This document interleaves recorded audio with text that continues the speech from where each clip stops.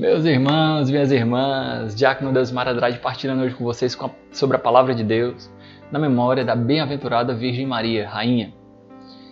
Hoje a Igreja nos propõe um Evangelho que se encontra em Lucas, no capítulo 1, dos versículos 26 ao 38. Nunca se esqueça de pegar a sua palavra, fazer sua Lexio Divina, né? E aprofundar no seu entendimento da Palavra de Deus, o seu contato especial, único, né? Pessoal, é insubstituível. Por isso, com o coração atento, vamos nos abrir ao que o Senhor quer nos falar hoje. O Senhor esteja convosco, Ele está no meio de nós. Proclamação do Evangelho de Jesus Cristo, segundo Lucas. Glória a vós, Senhor. Naquele tempo, o anjo Gabriel foi enviado por Deus a uma cidade da Galileia chamada Nazaré, a uma virgem, prometida em casamento a um homem chamado José. Ele era descendente de Davi e o nome da virgem era Maria. O anjo entrou onde ela estava e disse: Alegra-te, cheia de graça. O Senhor está contigo. Maria ficou perturbada com essas palavras e começou a pensar qual seria o significado da saudação. O anjo então disse-lhe: Não tenhas medo, Maria, porque encontrastes graça diante de Deus. Eis que conceberás e darás à luz um filho, a quem porás o nome de Jesus. Ele será grande, será chamado Filho do Altíssimo, e o Senhor Deus lhe dará o trono de seu pai. Ele reinará para sempre sobre os descendentes de Jacó, e o seu reino não terá fim. Maria perguntou ao anjo: Como acontecerá isso, se eu não conheço homem algum? O anjo respondeu: O Espírito virá sobre ti, e o poder do Altíssimo te cobrirá com a sua sombra. Por isso o menino que vai nascer será chamado Santo, Filho de Deus. Também Isabel, tua parenta, concebeu um filho na velhice.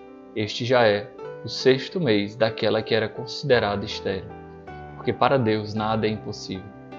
Maria então disse: Eis aqui a serva do Senhor, faça-se em mim segundo a tua palavra. E o anjo retirou-se.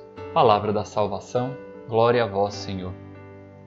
Meus irmãos, que interessante, né? Hoje a igreja celebra na sua liturgia a memória de Nossa Senhora Rainha, ou seja, a Virgem Maria como aquela que, abaixo de Deus, está acima de todas as criaturas. A igreja ensina que existe um abismo infinito entre Deus e Maria, porque Deus é Deus, né? O seu ser é Deus, é divino, né? É eterno. E a Virgem Maria é uma criatura, isso é muito claro para nós católicos.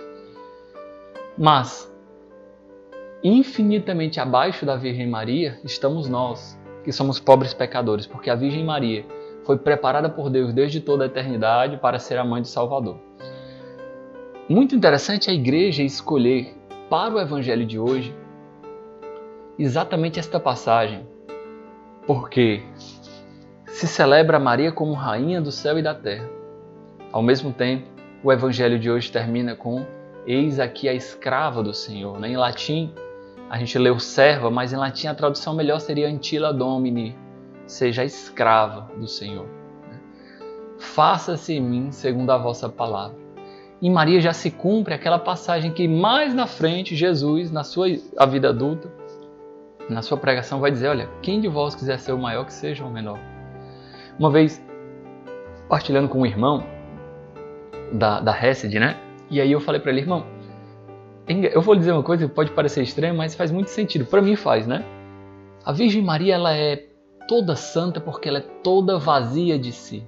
Pode parecer feio, né, essa expressão, como se a pessoa tivesse esvaziada de si, mas ao mesmo tempo toda cheia de Deus, né? Vejam, se nós olharmos, como diz Santo Agostinho, né?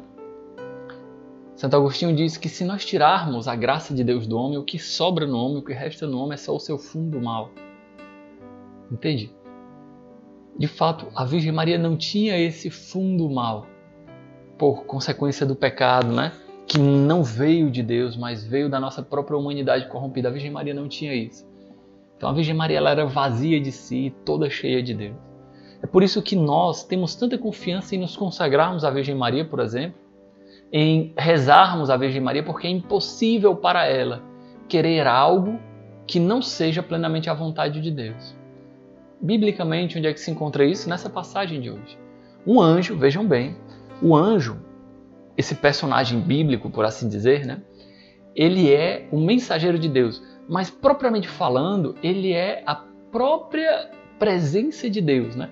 Tanto que no Antigo Testamento, a gente vai ver isso no livro do Gênesis, Abraão vai se prostrar diante dos anjos.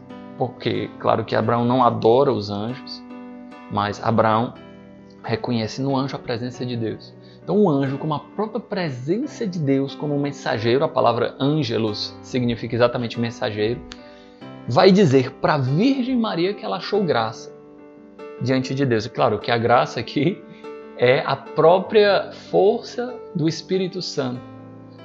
Alegra-te cheia de graça, porque alegra-te cheia de graça. E mais na frente ele vai dizer, não tenhas medo, porque achastes graça diante de Deus. Uma mulher que achou graça diante do próprio Deus e foi anunciada reverentemente por um anjo, né? Em latim, ave gratia plena, né? Ave era como se saudavam os imperadores, né? Ave César, né? Então, um anjo, vejam bem, como mensageiro direto de Deus, ele sauda a Virgem Maria como uma imperadora.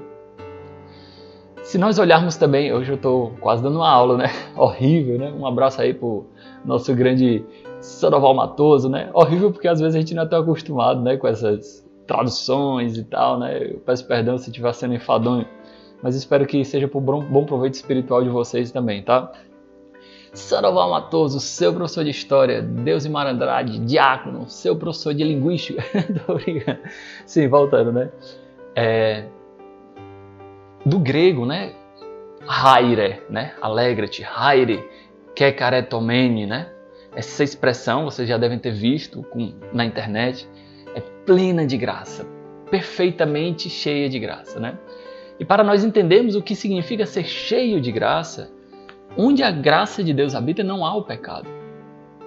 Isso é fundamental. Se a Virgem Maria é plena de graça, não sobra espaço nela para o pecado. Imaginemos. Uma vez um pregador falou isso numa formação e achei muito interessante. Qual a maneira mais eficaz de nós tirarmos o óleo de dentro de um copo cheio de água? E aí, se a gente virar, derrama a água, derrama um pouco do óleo às vezes, mas derrama a água. A maneira mais eficaz de tirar o óleo de dentro desse copo é encher aquele copo de água. Nessa comparação, nessa metáfora, o óleo é o pecado e a água é a graça de Deus. Nós, muitas vezes, somos cheios da graça de Deus porque criados à sua imagem e semelhança, abertos, mas também existe essa camadinha superficial de óleo por cima de nós. E infelizmente, meus irmãos, minhas irmãs, às vezes essa camada nubla a nossa imagem e semelhança de Deus, a graça de Deus, a água que está dentro desse copo. Entendem a comparação? Mas a Virgem Maria não. Ela se encheu tanto da graça de Deus que não tinha espaço no copo da sua vida para o pecado, para o óleo. Entende? Na nossa vida também. Nós não devemos simplesmente lutar contra o pecado como querer tirar o óleo, né, e deixar o copo vazio. Não tem graça. É necessário que nós preenchamos nossa vida de um grande amor, né? Dom José Antônio, nosso bispo, também nos ensinou uma coisa muito bela, né? Como existe às vezes um terreno baldio, que é o nosso coração, abandonado ao peso dos nossos próprios pecados e cheio de ervas daninhas, não é? Como é que seria a melhor forma de nós ajeitarmos esse terreno? No primeiro momento a gente poderia pensar em trabalhar e capinar, e que a mortificação, a ascese é fundamental também.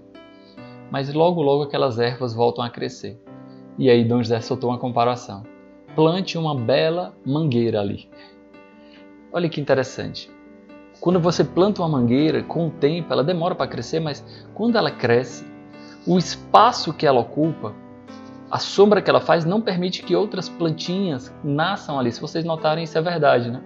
Tanto porque as raízes dela consomem as águas e os nutrientes, não deixando água e nutrientes suficiente para as ervas daninhas, para o mato, né? Como também a sombra dela impede que essas ervas, esse mato se alimente, né? Então, não basta a luta contra o pecado por uma sede de perfeccionismo, né? É encher o coração de um grande amor. E é isso que a Virgem Maria fez. Ela tinha seu coração plenamente preenchido por um grande amor. Hoje, celebrar a Virgem Maria como a rainha É reconhecer que também ela é dona da nossa vida, porque se nós reconhecemos Jesus como Rei e Senhor do universo, nós precisamos concomitantemente reconhecer a Virgem Maria como a rainha, porque a mãe de um rei é uma rainha. Vejamos, isso é muito profundo quando nós lemos em Hebreus capítulo 10, versículo 5, né? Em que o autor sagrado ele fala, se usando de um salmo, ele diz, né? Não quiseste oblação nem sacrifício, mas me deste-me um corpo. E eu digo sim, eis que venho fazer com prazer vossa vontade, ó Senhor. Então, usando-se desse salmo, o autor sagrado imagina o diálogo do filho com o pai antes da encarnação. Esse sim que o filho dá para o pai, para se encarnar, ele tem que ter sido concomitante, ou seja, na mesma hora que o sim de Maria.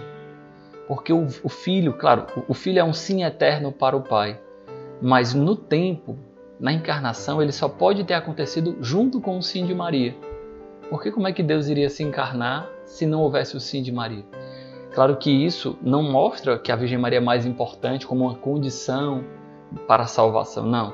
Mas mostra o lugar privilegiado que ela tem no plano salvador. Essas graças que Deus concedeu à Virgem Maria foram correspondidas pela mesma Virgem Maria. E é por isso que nós podemos amar a ela e honrar a ela como nossa Mãe Senhora. Glória ao Pai, ao Filho e ao Espírito Santo, como era no princípio, agora e sempre. Amém. A nossa proteção está no nome do Senhor, que fez o céu e a terra. O Senhor esteja convosco, Ele está no meio de nós. Pela intercessão da bem-aventurada Virgem Maria, Mãe e Rainha da Igreja e do Universo, abençoe-vos Deus Todo-Poderoso, Pai, Filho e Espírito Santo. Amém.